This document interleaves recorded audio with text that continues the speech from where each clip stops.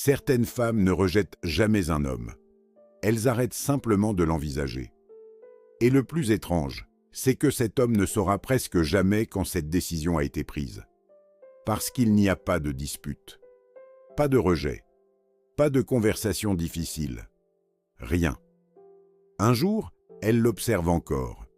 Quelques semaines plus tard, elle ne le regarde déjà plus de la même façon. Et pendant tout ce temps, lui continue de croire que rien n'a changé.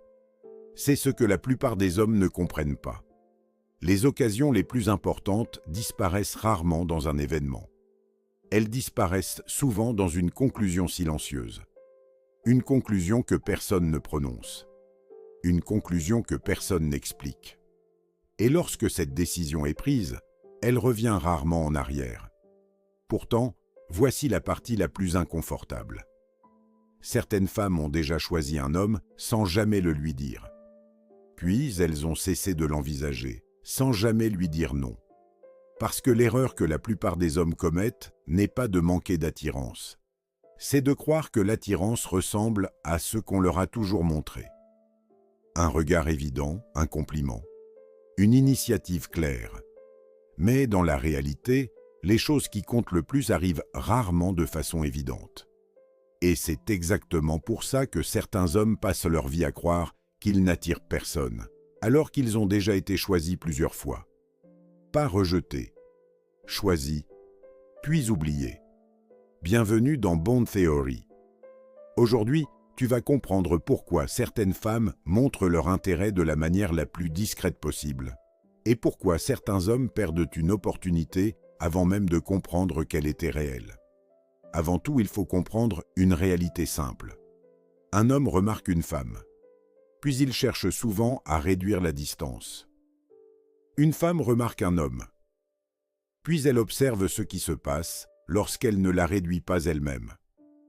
C'est là que beaucoup se trompent. Parce qu'une femme ne cherche pas toujours à attirer ton attention. Elle cherche souvent à comprendre ce que tu fais avec la sienne. Et cette différence change tout. Parfois, tout commence par quelque chose de presque invisible. Elle remarque ta présence dans des moments où rien ne l'oblige à le faire. Pas lorsque tu lui parles, pas lorsque tu cherches son attention. Quand tu ne fais rien de particulier. Son regard revient. Son attention revient. Pas une fois. Plusieurs fois. Et ce retour est souvent plus important que le regard lui-même. Parce que l'attirance commence rarement par une émotion forte. Elle commence souvent par une curiosité répétée. Puis viennent les ouvertures. Pas des invitations évidentes. Des occasions. Une conversation qui dure un peu plus longtemps. Une présence qui revient plus souvent que nécessaire. Une disponibilité discrète. Et voilà ce que beaucoup d'hommes ne comprennent pas. L'intérêt apparaît souvent sous forme d'accès, pas sous forme de poursuite. Ensuite, quelque chose change. Elle devient plus attentive à tes réactions qu'à tes paroles. Elle observe comment tu gères une contrariété. Comment tu réagis lorsque quelque chose ne se passe pas comme prévu. Comment tu te comportes lorsque tu n'essaies pas d'impressionner. Parce qu'à ce stade, elle ne cherche plus à savoir qui tu prétends être. Elle regarde qui tu es quand tu oublies d'être observé. C'est souvent ici que certaines femmes commencent à envisager un homme. Et c'est aussi ici qu'elles cessent parfois de l'envisager. Parce qu'à partir de ce moment-là, elles n'observent plus ce que tu dis. Elles observent ce que tu révèles. Et parfois, sans même s'en rendre compte, elles commencent à remarquer ton absence. Tu n'es pas là. Et pourtant quelque chose manque. Pas suffisamment pour être avoué.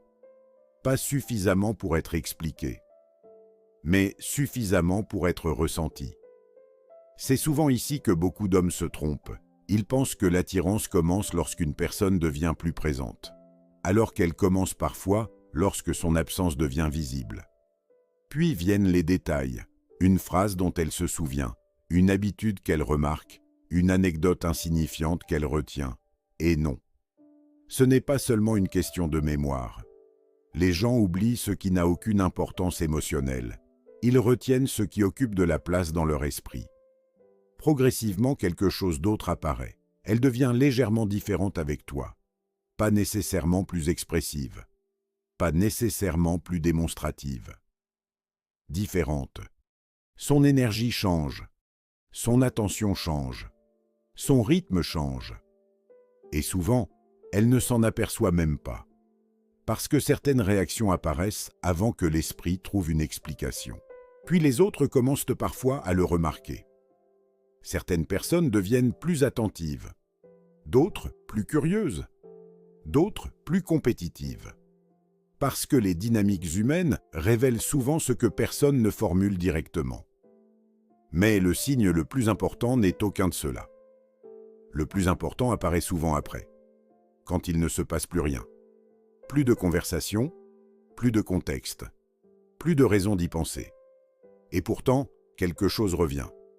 Une image, une phrase, un souvenir, un détail. Tu continues d'exister dans son esprit alors que plus rien ne l'y oblige.